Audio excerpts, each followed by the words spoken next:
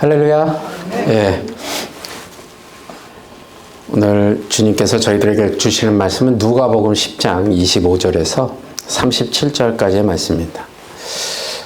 사실 우리가 보면 예전에 제가 이 말씀을 준비하다가 어떤 원로 목사님의 이야기를 나온 것을 제가 들었습니다. 여러분들도 그런 경우가 굉장히 많으시잖아요. 신호등 앞에서 길을 건너려고 기다리고 있던 중이었답니다. 근데 이렇게 먼 게 아니었고 반대쪽에서 이제 앞쪽에서 벌어지는 일을 보고 계셨답니다. 근데 어느 연로하신 할머니께서 짐을 많이 들고 계셨대요. 한참 많이 들고 계셨는데 한 무리의 직장인들이 아마 점심시간에 나왔나 봐요. 양복을 착 빼입은 젊은이들이랑 사람들이 우르르 몰려가더니 할머니를 이렇게 힐끗 한번 쳐다보고는 그냥 자기들끼리 떠들면서 막 얘기를 하더랍니다. 그리고 좀 있다 보니까 그 옆에 등산복 차림에 건장한 사람들이 삼삼오오 모여갖고 아마 등산을 갔다 온 건지 이렇게 할머니를 쳐다보더니 또 고개를 절레절레 흔들면서 자기들끼리 막 뭐라고 하는데 뭐라고 하는지는 정확히 못 들으셨지만 그렇게 보더랍니다.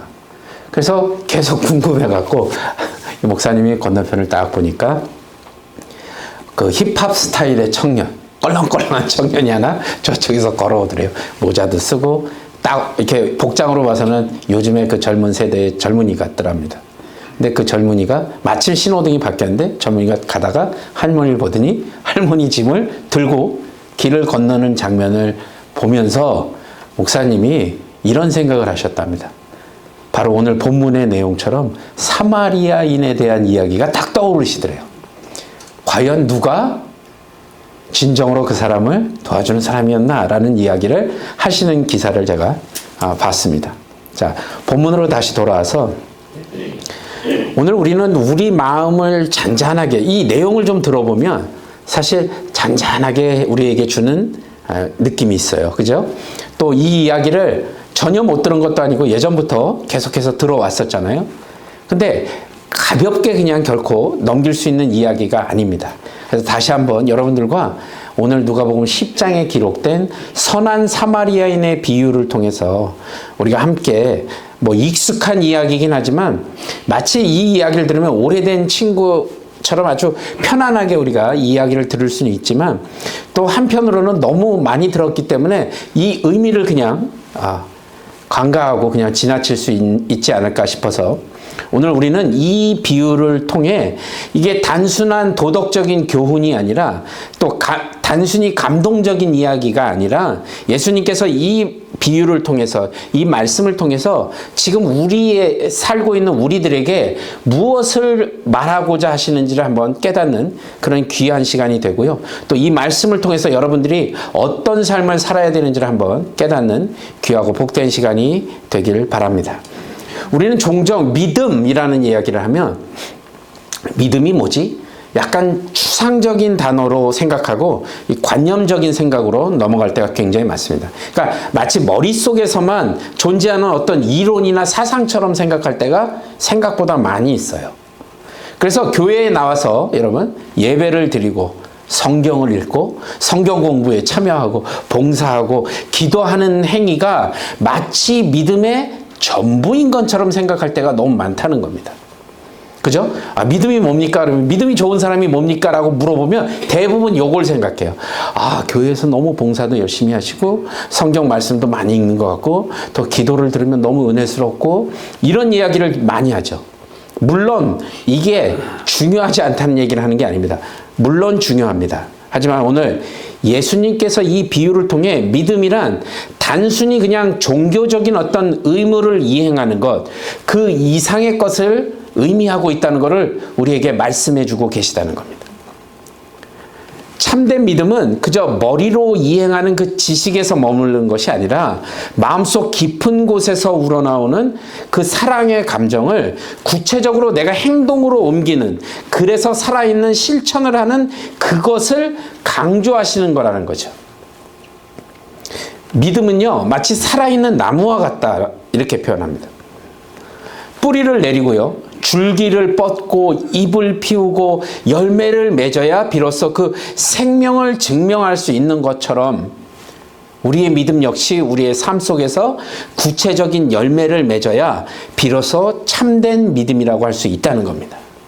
우리가 아까 묵상했던 시편 1편에 어떻게 해요? 푸른 나무가 그 시절을 쫓아 과실을 맺는 그 잎사귀가 푸르른 같이, 그 비유가 바로 이거거든요. 우리의 삶 가운데 열매를 맺어가는 것. 그래서 비로소 참된 믿음이라고 우리가 일컬을 수 있는 그때까지 가야 한다는 것을 말씀하고 계시죠. 그래서 저는 여러분들께 우리의 믿음은 과연 살아있는 믿음입니까? 라는 질문을 여러분에게 드리고 싶습니다. 우리의 믿음은 살아있는 믿음입니까? 우리의 믿음은 그럼 과연 어떤 열매를 맺고 계신가요? 우리들의 삶 가운데서요. 어떤 열매를 지금 맺고 계십니까? 이 질문을 좀 진지하게 고민해 봐야 된다는 거죠. 여러분이 어떤 삶을 살고 계시는지. 여러분의 열매가 배면 여러분은 뭐예요? 배나무예요. 그렇죠? 여러분이 과실이 사과면 여러분은 무슨 나무예요? 사과나무입니다. 그러니까 어떤 열매를 지금 맺고 계신지를 통해서 우리의 삶을 한번 되돌아봐야 된다는 거죠. 자, 오늘은 한 율법 교사가 예수님께 나와서 영생을 얻는 방법에 질문을 많이 던집니다.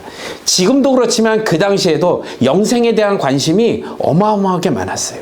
그래서 율법에 대해서 누구보다 뛰어난 바로 율법 교사가 아주 풍부한 지식을 가진 그가 질문을 한 겁니다.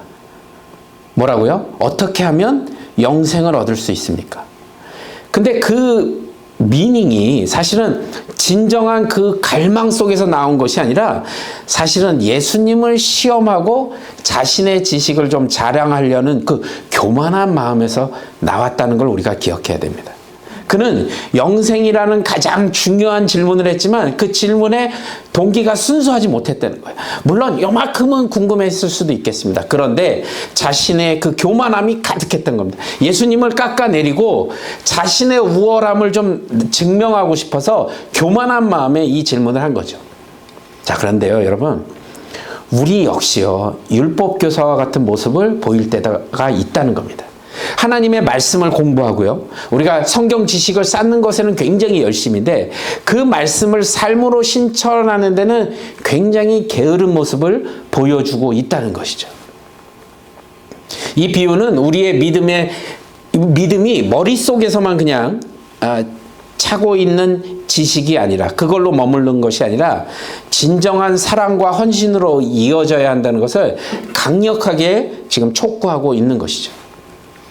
그래서 이 비유를 통해서 여러분 현 주소를 점검하시고 예수님께서 원하시는 참된 믿음의 길을 향해서 나아가는 귀하고 복된 시간이 되시길 주님의 이름으로 간절히 축원합니다.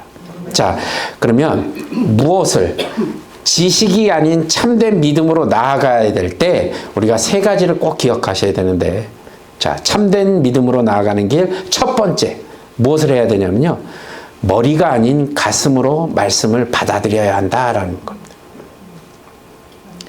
몇 번이고 제가 여러분들에게 설명을 드렸지만 머리로만 받아들이면요, 우리 예전에 그 모여라 꿈동산처럼 머리만 이만해지는 겁니다.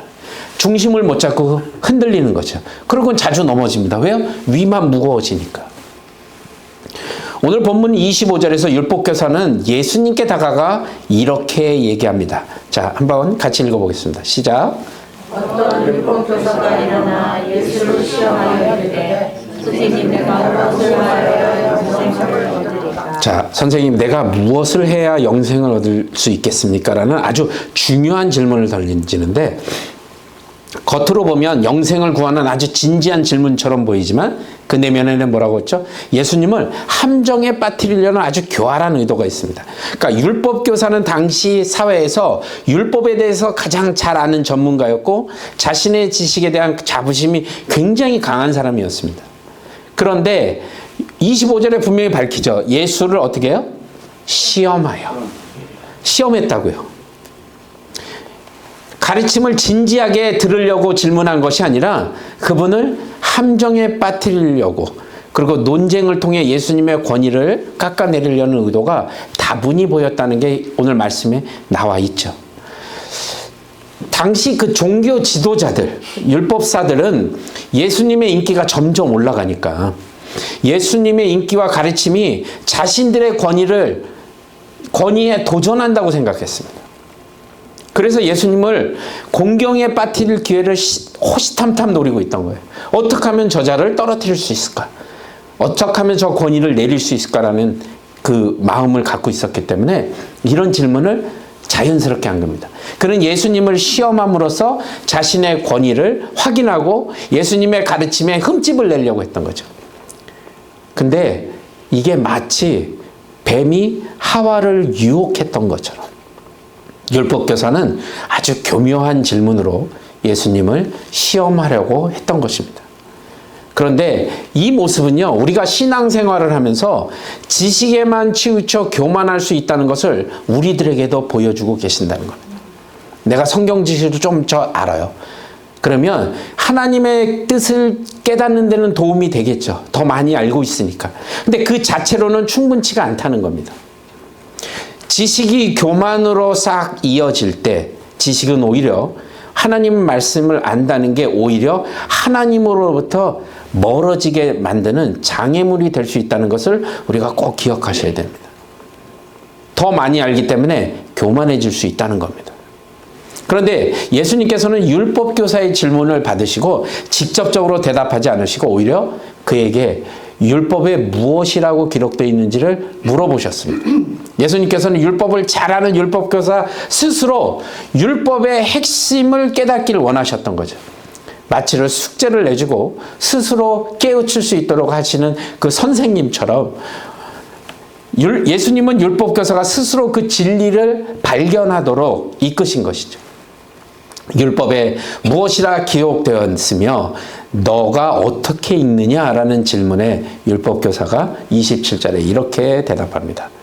한번 같이 읽어보겠습니다. 시작. 내 마음을 다하여 목숨을 다하며 힘을 다하며 뜻을 다하여 주 너의 하나님을 사랑하고 또한 내 이웃을 내 자신같이 하였나이다. 아멘. 자, 대답했잖아요. 그는 율법의 가장 핵심적인 두 계명을 정확히 알고 있었습니다. 뭐예요? 하나님을 사랑하고 내 이웃을 사랑하고. 율법의 가장 핵심적인 걸 두 가지를 이미 알고 있으면서 예수님께 질문한 거죠. 그는 율법을 외우고 연구하고 가르치는 일에는 아주 능통했습니다.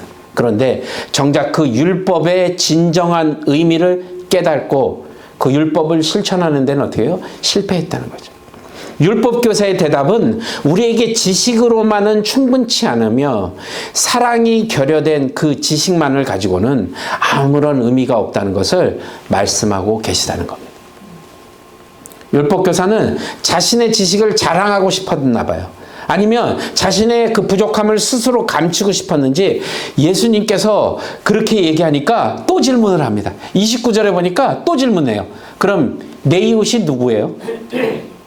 여기에 잘 들어보면 이거 예수님을 어떻게 하려고 더 질문한 건지 약간 헷갈리죠. 그러면서 내 이웃이 누굽니까? 라고 또 질문을 하는 겁니다. 들어놓고 이 질문은 당시 율법의 한계를 아주 극명하게 드러냅니다. 한계를요. 당시 유대인들은요, 혈연관계, 그러니까 민족과 종교 등 이게 특정한 기준으로 이웃의 범위를 딱 결정한 겁니다. 내 이웃 그러면 율법 안에서 말하고 있는 우리들, 혈연관계든지 민족적이든지 종교적으로든지 그렇게 이웃을 딱 정해놓은 겁니다. 이해하셨죠? 내 이웃을 딱 정해놓은 겁니다. 제한해 놓은 거예요. 그들은 자신과 같은 민족, 자신과 같은 종교를 가진 사람만이 내 이웃인 겁니다. 다른 사람들은 이방인이라고 취급하면서 배척을 했다는 거예요. 그래서 이렇게 질문한 겁니다. 그러니까 율법교사의 질문은 누가 나의 사랑을 받을 만한 자격이 있는가라는 질문을 한 거예요, 사실은. 내 이웃이 누구냐고. 내가 사랑을 줄 만한 사람이 누구냐는 이게 기준이 자기가 된 거예요. 그는 율법의 그 문자적인 의미에만 매달려 있고 그 사랑의 본질을 깨달지 못했다는 거죠. 그는 이웃의 범위를 이미 정해놓고요. 그 범위 안에서만 사랑을 실천하려고 했던 겁니다. 우리는 종종 우리의 편견과 선입견 때문에 사랑의 대상을 제한하고 있는지 한번 돌아봐야 된다는 거죠. 우리 교회 사람만 사랑하는 거야. 서한이 아닌, 다른 교회요? 당신 뭐야? 이렇게 배척하는 경우가 사실 여러분 우리 삶에서 생각보다 많습니다. 우리 교회 옆에 누가 이사 오면 뭐야? 그 많은 동네 놔두고 왜 하필이면 또 우리 동네로 왔어? 이렇게 생각한다니까요. 왜 그런 생각이 들죠? 내가 정해놓은 바운드리가 내 기준이 있는 겁니다. 내 이웃에 대한 기준, 그걸 딱 정해놓은 거예요. 그러니까 누군가 그거를 정해놓은 거를 뚫고 들어오면 바로 대항을 하는 거죠. 우리가 이웃을 정의하는 기준이 뭡니까 도대체? 우리의 사랑은 특정한 조건에 따라서 달라지는 겁니까? 주님이 말씀하신 그 사랑이 어떤 특정한 조건과 정의를 두고 말씀하신 건가요? 우리가 가진 편견이나 선입견으로 인해서 사랑의 대상을 우리가 스스로 제한하고 있지는 않는지 한번 생각해 보라는 겁니다. 그리고 그로 인해서 진정으로 사랑의 관계를 놓치고 있지는 않는지, 또 끊임없이 우리 스스로를 돌아봐야 되는 것이 굉장히 중요하다는 겁니다. 우리 모두가 더 넓은 마음을 가지고 타인을 수용하고 포용할 수 있도록 노력해야 된다는 거죠.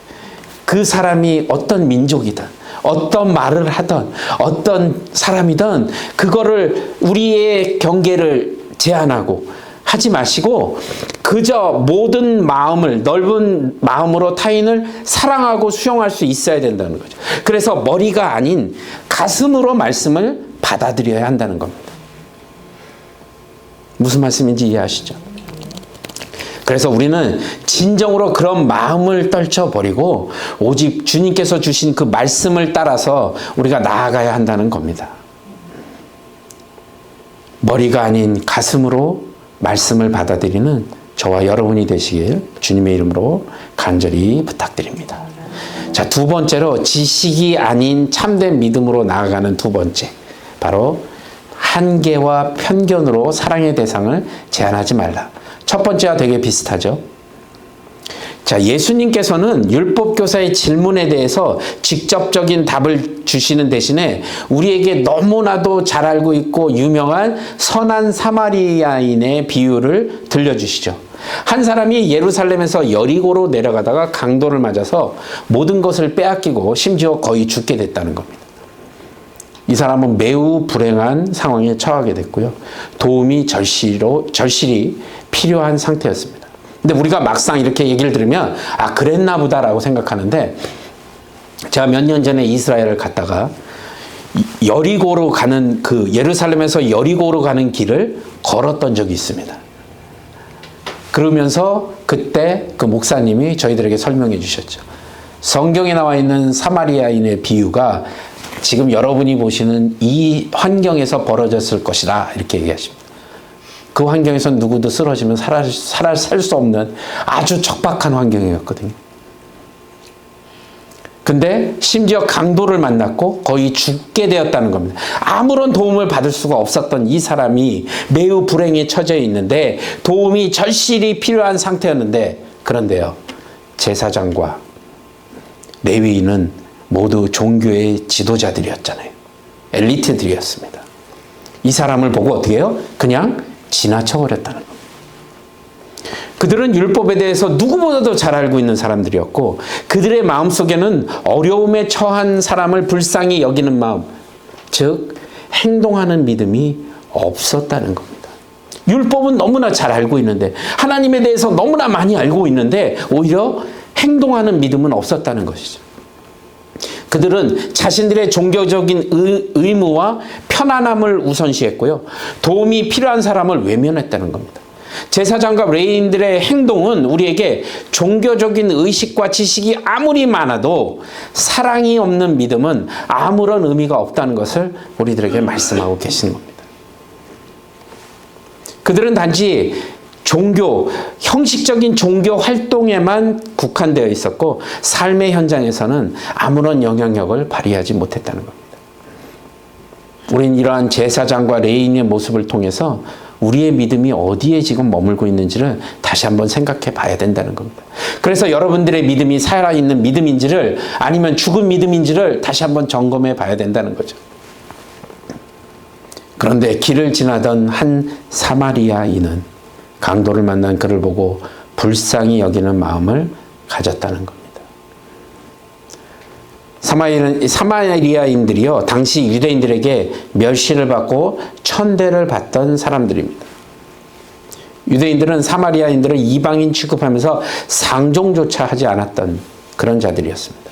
그럼에도 불구하고 사마리아인은 유대인에 대한 적대감이나 편견을 갖지 않고 어려움에 처한 이웃을 불쌍히 여기는 마음을 가졌다는 것이죠.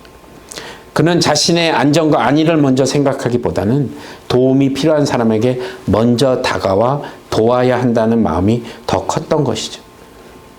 사마리아인의 사랑은 편견과 차별을 초월하는 정말 보편적인 사랑이었다는 겁니다.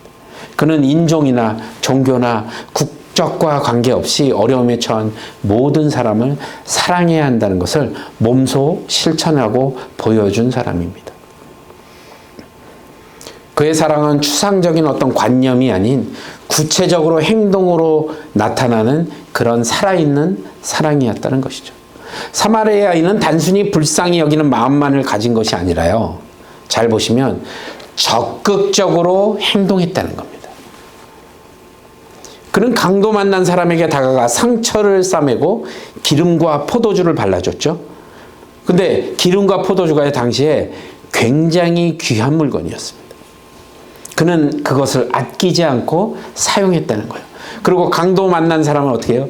짐승에 태워 어디까지 갔다고요? 여관까지 데려다 주고 밤새도록 정성껏 돌봐 주고 35절에 보시면 한번 읽어볼까요? 시작. 그 이튿날 그가 주막 주인에게 데나리온 둘을 내어주며 이 사람을 돌보아주라. 비용이 더 들면 내가 돌아올 때에 갚으리라 하였습니다. 아멘. 다음 날 떠나면서 여관 주인에게 돈을 주면서 이 사람을 돌봐 주십시오. 비용이 더 들면 돌아올 때 갚겠습니다. 데나리온 둘을 줬다고 그러는데 사실 뭐 얼마가 들었는지는 중요하지 않습니다. 데나리온이 당시 환율로 따지면 한 사람의 하루 임금 정도 되니까 2데나리온이면 이틀치 정도가 되겠죠. 그리고 그게 모자르면 또 돌아오는 길에 주겠다고 말합니다. 사마리아인은요, 자신의 시간, 자신의 물질, 그리고 그 노력을 아끼지 않는 아낌없이 베풀었던 사람입니다. 사마리아인의 행동은 단순히 자선행위가 아니라는 거예요. 하나님의 사랑을 삶으로 실천하고 적극적으로 보여줬던 삶을 산 사람들이라는 겁니다. 그의 믿음은 말이나 이론에서 머무르지 않고 삶 속에서 행동으로 나타나는 살아있는 믿음을 가지고 있었다는 것입니다. 우리가 아무리 교회를 다니고요, 여러분, 아무리 무엇을 하더라도 이런 마음을 갖고 있지 않는다면 우리는 그냥 모임에 모여서 마치 세상의 개모임처럼 그냥 모여서 호호호 떠들면서 하나님 말씀 그냥 듣고 머릿속에만 채워서 살아가는 그런 사람들이라는 것입니다. 그는 율법 굴레에 갇혀서 이웃의 범위를 정하지 않았고요. 어려움에 처한 사람을 보면 누구든지 돕는 것이 하나님의 뜻임을 알고 있었습니다. 사마리아인의 행동은 우리에게 진정한 믿음이 무엇인지, 그리고 진정한 사랑이 무엇인지를 분명하게 보여주고 있다는 거죠. 사랑하는 여러분, 믿음은 말이나 이론에만 머무르지 않고요, 내 삶 속에서 행동으로 나타나는 살아있는 믿음입니다. 그저 나타내는 것이 아니라 적극적으로 나타내셔야 한다는 겁니다. 그래서 한계와 편견으로 사랑의 대상을 제한하지 말고 주님의 뜻을 따라 살아가는 저와 여러분이 되시길 간절히 기도드립니다. 자, 마지막으로 지식이 아닌 참된 믿음으로 나아가는 마지막 세 번째는요, 삶으로 사랑을 증명하고 세상을 변화시켜야 한다는 겁니다. 자, 36절 같이 읽어볼까요? 아직 삶으로, 잠깐만요. 삶으로 사랑을 증명하고 어떻게요? 세상을 변화시키라. 자, 36절이요. 같이 읽어볼게요. 내 생각에는 이 세 사람 중 누가 방금 만난 자의 이 37절 계속 읽을게요. 이들의 자비를 베푼 자니이다. 예수께서 이르시되 가서 너도 이와 같이 하라 하시니라. 아멘. 네, 율법교사에게 예수님께서 비유를 맞추시고 율법교사에게 야, 네가 생각하기에는 이 세 사람 중에 강도 만난 자의 이웃이 누구냐는 겁니다.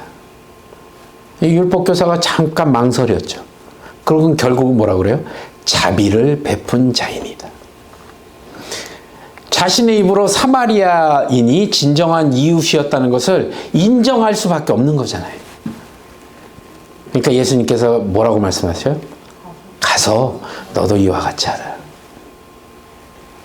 예수님의 이 말씀은 단순히 율법교사에게만 해당되는 것이 아니라 오늘날 우리들에게도 주시는 말씀이라는 겁니다. 예수님께서는 우리가 단순히 말씀을 듣고 깨닫고 그치는 것이 아니라 우리의 삶 속에서 하나님의 사랑을 실천하기를 원하신다는 겁니다. 네가 영생을 얻기를 원하냔 말입니다. 그러면 하나님을 사랑하고 이웃을 사랑하는 말이 뭔지를 모르면 이렇게 너도 이와 같이 가서 삶으로 살면서 증명하라는 말입니다.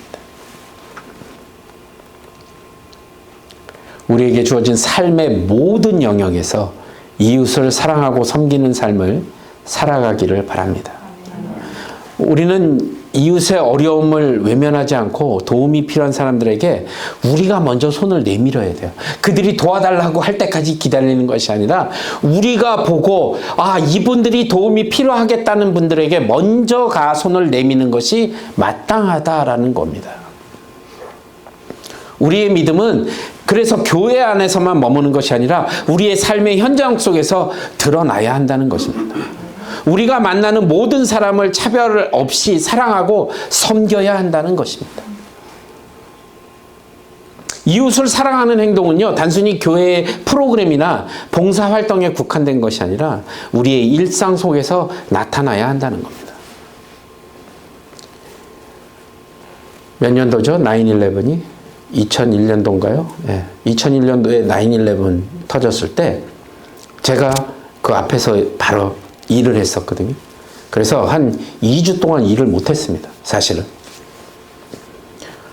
교회에서 갑자기 조사를 시작하더니 2주 동안 월급을 주급을 받지 못한 분들을 알아내서 도움을 주셨어요. 그리고 그 주위에 사실 여러분 맨하탄에 살면 굉장히 부자입니다. 그런데도 그 안에서도 불우한 이웃들이 있었다는 거예요. 일을 못 나가니까 같이 일하고 있던 저 같은 사람들, 또 남미 사람들 일을 못하니까 돈을 못 벌었어요. 그분들을 위해서 거뒀습니다. 그리고 조사해서 나눠줬어요. 저는 교회가 그렇게 해야 된다고 믿습니다. 도움을 청할 때까지 기다리는 것이 아니라 우리가 적극적으로 나서야 되는, 우리 형편도 그런데요. 여러분, 우리 먹고 살만하잖아요. 우리 형편이 얼마나 헐벗고 굶주렸어요? 근데 우리는 그렇게 생각하는 편견을 갖고 있다는 겁니다. 여러분, 지금 LA에 화재 나서 수많은 사람들이 어려움에 처해 있습니다. 우리가 먼저 나서서 도와야 될 거예요. 이게 선한 사마리아인의 비유에서 예수님께서 말씀하신 바로 그 진정한 사랑을 나누는 이웃이라는 겁니다. 이제 곧 한인 침례교 연합회에서, 조지아 연합회에서 창고를 만들어서 하겠다고 합니다. 뭐 그때까지 기다릴 필요도 없을 것 같아요. 미리 모아서 먼저 드리는 겁니다. 가서 너도 이와 같이 하라. 누구와 같이요? 선한 사마리아인과 같이. 공경에 처한 이웃들을 하나님께서 율법에도 하나님을 사랑하고 내 이웃을 내 몸과 같이 사랑하라고 말씀하신 그걸 지키면서 살아가는 것, 이것이 바로 하나님을 우리가 믿는 그 믿음이고요. 그리고 이 믿음이 우리가 영생을 얻을 수 있는 바로 그 믿음이라는 겁니다. 우리의 믿음이 우리의 삶 가운데서 막 빛을 발할 때 세상은 우리를 통해 하나님의 사랑을 보게 된다는 겁니다. 누구를 통해서요? 저와 여러분들을 통해서요. 하나님이 누구시지? 어려워하는 사람들을, 우리를 보고 하나님은 저런 분이시구나라는 걸 느낄 수 있다는 겁니다. 예수님이 가서 너도 이와 같이 하라 명령은 우리에게 도전과 책임을 요구하는 거거든요. 이 명령은 그냥 우리에게 단순히 자선 행위를 넘어서서 진정으로 이웃을 사랑하고 섬기라는 그 말씀을 우리에게 주신 겁니다. 이웃을 사랑하는 것이 결코 쉬운 일이 아닙니다, 여러분. 해보셨으니까 아실 거 아니에요. 때로는 우리의 시간과 우리의 물질과 또 우리의 노력을 요구하는 일일 수 있습니다. 때로는 우리의 편견과 우리의 선입견을 깨뜨려야 할 수도 있죠. 하지만 우리는 예수님의 명령에 순종하며 사랑을 실천하는 것을 포기해서는 안 된다는 겁니다. 우리가 이웃의 어려움을 외면하지 않고 사랑과 긍휼의 마음으로 그들에게 다가갈 때 비로소 예수님이 말씀하신 참된 이웃 사랑을 실천할 수 있게 된다는 것입니다. 여러분, 오늘 선한 사마리아인의 비유를 통해서 참된 믿음이란 무엇인지, 또 우리가 어떻게 이 믿음을 삶으로 실천하며 살아야 하는지에 대해서 한번 생각해 봤습니다. 여러분, 우리의 믿음은 머리에 지식으로만 머무는 것이 아니라 마음속에서 우러나오는 사랑의 행동으로 삶의 모습을 보여야 한다는 것이죠. 그래서 우리는 선한 사마리아인들처럼 율법적인 제한과 편견을 떠나서 어려움에 처한 사람을 가서 사랑해 줘야 된다는 겁니다. 근데 여러분, 우리의 작은 행동 하나하나가 세상을 변화시킬 수 있는 놀라운 힘이 있다는 걸 여러분 기억하셔야 됩니다. 우리가 뭘 하자 그러면 뭐부터 할까요? 그리고 회의해서 뭔가 크게 일을 벌리려고 하지 마십시오. 작은 것부터 하시란 말입니다. 우리 삶 가운데 정말 하찮아 보이는 것들부터 시작하십시오. 많은 분들이 아시는지 모르시는지 모르겠지만 제가 뉴욕에서 일할 때 맨하탄에서 세탁소를 다닌 적이 있었어요. 근데 맨하탄은 여러분도 아시다시피 굉장히 복잡해서 세탁물을 무슨 차로 운반하는 것보다 빌딩과 빌딩을 이렇게 짊어지고 가야 돼요. 그래서 여러분, 제가 나중에 한번 보여드릴 기회가 있으면 엄청나게 많이 제가 짊어질 수 있어요. 이거 경험상. 그래갖고 막 손에다가 막 이렇게 들고 막 라운드리백 집어 들고 막 한 번에 일단 많이 가지고 나가야 일이 빨리 끝나니까. 그러면 막 그 빌딩에 들어가면 진짜 너무 힘들거든요. 그런데 어느 날 작은 꼬마 아이가 엘리베이터 앞에서 들어가는데 제가 짐을 많이 들고 들어가니까 꼬마 아이가 저에게 하이 하고 인사를 하더랍니다. 인사를 했어요. 그들이 몇 층가 물어보더라고요. 여러분, 별일 아닌 것 같잖아요. 근데 그리스도의 사랑은 이런 작은 행동으로부터 시작된다는 거 기억하시기 바랍니다. 제 상황에서 버튼 누르는 거 상당히 힘들어요, 여러분. 너무 많은 짐을 갖고 있었으니까. 그런데 그 꼬마아이가 저에게 보여줬던 그 작은 행동 하나가 하루 종일 제 마음을 정말 기쁘게 해줬습니다. 여러분들이 그런 삶을 사셔야 된다는 거예요. 작은 선행 하나하나가 모여서 주님의 사랑을 이웃에게 전할 수 있는 그런 마음이 생긴다는 거죠. 전 지금도 그 꼬마아이의 얼굴을 잊어버릴 수가 없습니다. 이 선한 사마리아인 얘기만 나오면 그 꼬마가 생각나요. 저희 빌딩에 살았던 그 꼬마아이. 여러분, 사마리아인들처럼 우리도 일상 속에서 작은 친절과 배려를 실천하며 사는 저와 여러분이 되시길 바랍니다. 여러분, 머리가 아닌 어떻게 해요? 가슴으로 말씀을 받아들이시고 한계와 편견을 떠나서 사랑의 대상을 제한하지 마시고 삶으로 여러분 사랑을 증명하시고 어디를 변화시켜요? 세상을 변화시키는 저와 여러분이 되시기 간절히 주님의 이름으로 축원합니다.